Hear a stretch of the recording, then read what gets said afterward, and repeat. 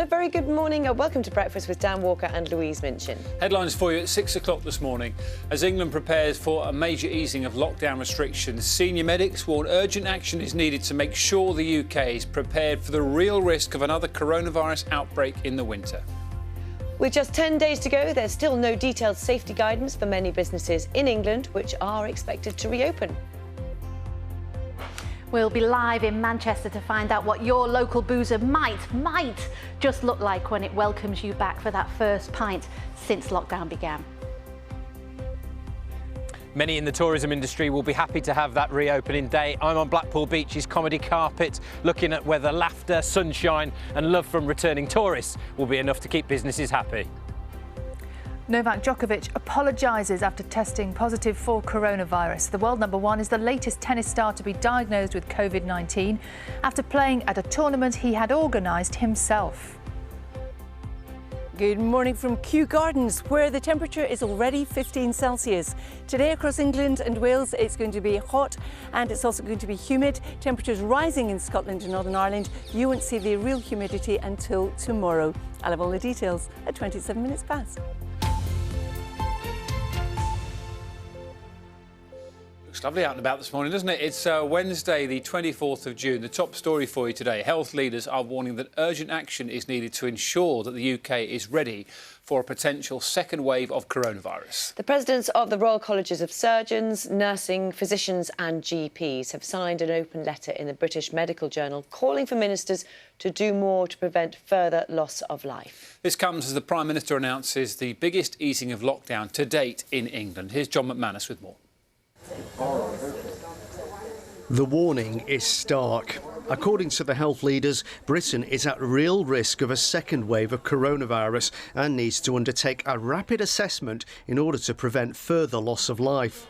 In their letter to the British Medical Journal, they say that some of the infrastructure needed to contain a resurgence of Covid-19 is in place, but challenges remain, and they've called for a cross-party commission to start providing recommendations for all of the UK by August at the latest. It's essential, they say, in order for the country to get ahead of the curve. The letter comes a day after the Westminster government announced sweeping changes to the virus restrictions in England. Pubs and restaurants are set to reopen, but social distancing will be observed and staff will take customers' contact details in case they need to be traced to prevent a virus outbreak. Other venues opening on the 4th of July include museums and cinemas, and for the first time in months, couples will be able to tie the knot again, but only with 30 guests. These precautions could include installing screens, making sure people face away from each other, providing hand washing facilities, minimising the amount of time you spend with people outside your household and of course being outdoors. At that final Downing Street briefing, the Prime Minister also warned that the relaxations could be reversed. The Chief Medical Officer for England, Professor Chris Whitty, said there would be an uptick in the virus if the public returned to their normal routines. The published guidance, though, is limited, and many businesses are still waiting for detailed clarification on how to open safely. It's a thought echoed by Labour.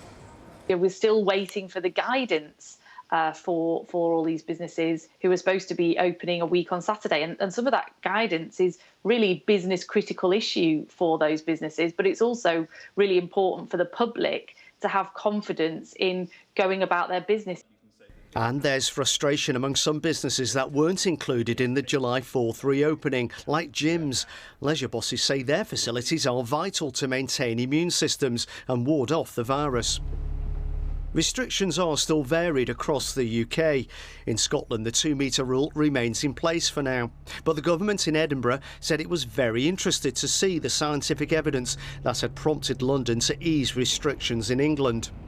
The First Minister, Nicola Sturgeon, will provide more details about easing lockdown restrictions later today. While in Northern Ireland, as of yesterday, up to 6 people can now meet indoors. Shops and places of worship opened earlier this week in Wales, but the 5-mile restriction on travel remains in place. John McManus, BBC News.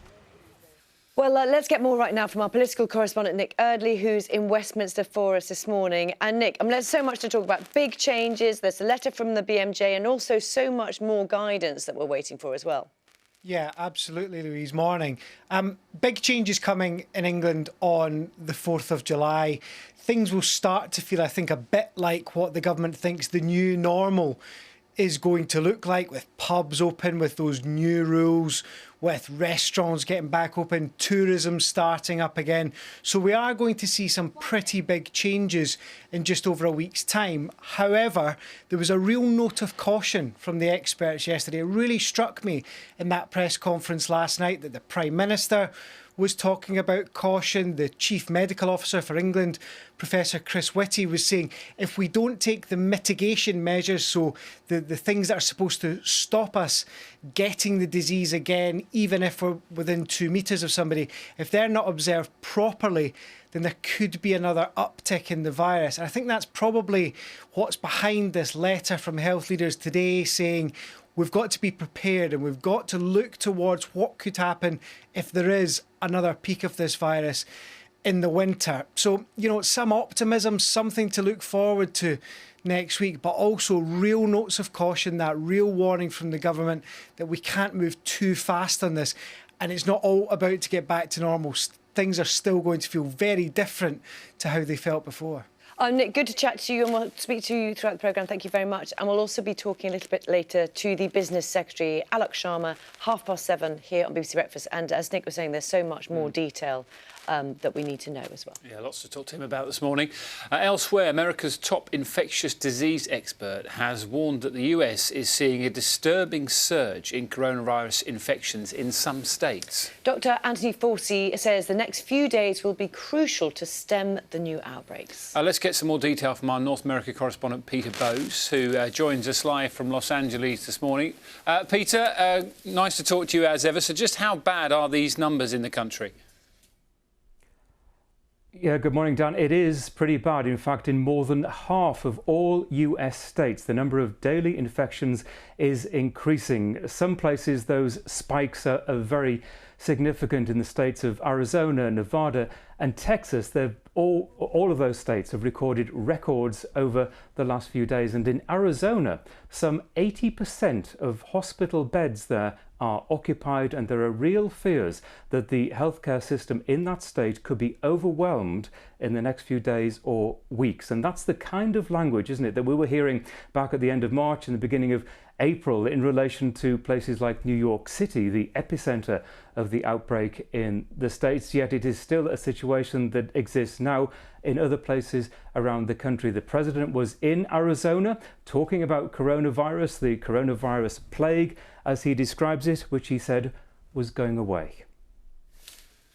Peter, thank you very much for that. That's the update on what's happening in America with coronavirus. Live from LA for you this morning. Internet use has surged during lockdown, with adults in the UK spending a record quarter of their day online. That's according to the communications watchdog Ofcom, which says the biggest rise was among those over the age of 65. Our technology correspondent Rory Kitlan-Jones has more. From cabinet meetings, choir practice to exercise classes, much of life has moved online over the last few months. The average adult now spends more than 4 hours a day connected to the internet, half an hour more than last September. Much of that time involves video, either watching it or using it to make calls to friends, relatives or colleagues we can't meet face to face. Video services are booming. The TikTok short video platform had 5.4 million visitors in January. By April, nearly 13 million were turning up. The video calls and games app House Party had under 200,000 users in January. By April, 4 million were using it. At the beginning of the year, under 700,000 people were having business meetings using Zoom. By April, 13 million were using it for everything from Pilates lessons to pub quizzes. For many of us, this has become the new normal during lockdown, locked in front of screens of all kinds for both work and entertainment. And it seems this applies to all ages. Often it is the younger people who adopt new technology first, whether that's smartphones or social media. But in this case, we've seen the use of video calling double during the pandemic. And for the over 65s, they've been embracing the new technology to reach out and spend time with grandchildren and loved ones, often using the technology for the first time ever. The lockdown period has also seen a surge in creativity. Making videos for sites like TikTok, YouTube and Instagram is now something the majority of children over 8 say they do every week. Rory Catlin-Jones, BBC News. The government is to spend over £100 million to help homeless people in England stay off the streets. A scheme to provide emergency accommodation to thousands of rough sleepers during the pandemic was due to end in 10 days. But homeless charities and councils have urged ministers to pay for it to continue. Our social affairs correspondent Michael Buchanan has more. Over one weekend in March, thousands of rough sleepers were taken off the streets to protect them from coronavirus. Most have been housed in hotels, which were closed to tourists because of the pandemic. Not only do the rough sleepers get shelter, but also access to healthcare and, where necessary, addiction support. It's put me in a healthy situation, and you've got food, water. On the street you haven't got it. You've got to go look for it, so it's made a big difference. The initiative has been widely praised for saving lives, but it was due to end early next month, with charities warning that thousands of people would be tipped back onto the streets. Ministers have now found £105 million to allow councils to continue to house the homeless, to the delight of campaigners.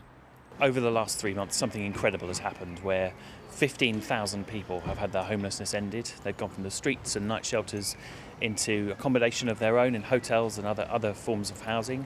And that's shown us that really homelessness can be ended. There's no reason why we can't see all of those people go into a home of their own and actually start to begin to see this as the beginning of the end of homelessness completely. With many hotels set to reopen, student accommodation and private sector flats are expected to be used to ensure the homeless continue to receive the support the pandemic facilitated. Michael Buchanan, BBC News. In the midst of the pandemic, we've seen organisers cancel or delay countless performances. But in Switzerland, a group of acrobats decided that the show must go on. Have a look at Swiss acrobat Freddie Nock, who has broken 3 records during the performance of support. Please tell me he's not walking up that cable. I think he is, by the outbreak. He walked blindfolded, just to throw a little extra thing in there, at an altitude of 3,000 metres on the cable car at the Swiss ski resort. He's not on the cable car, he's on the cable. I mean, he's on a unicycle. Louise. No. It's too much for me. I should have had a warning before that. I don't think. Can I have a look at that again? Has he got any wires on him at that point? At the end there? I'm not sure I want to know. I don't think I can have my breakfast after that. I mean, that's what. So this is an altitude of 3,000 metres. So there he's walking. There he's blindfold. He can't see. What is he doing? Right, now watch carefully when he's on his unicycle to see if he's got any wires on him, because that is still walking there. Terrifying. Hold on, here it comes. Let's have a little look. I don't think he has. Anyway, what? Next time I see that, next time we do that, at least I'm now warned. There we go. I'm not very good with heights, even when I'm not looking at myself. I've got sweaty palms. Some people are a lot braver than we are. Yes. And let's be say brave.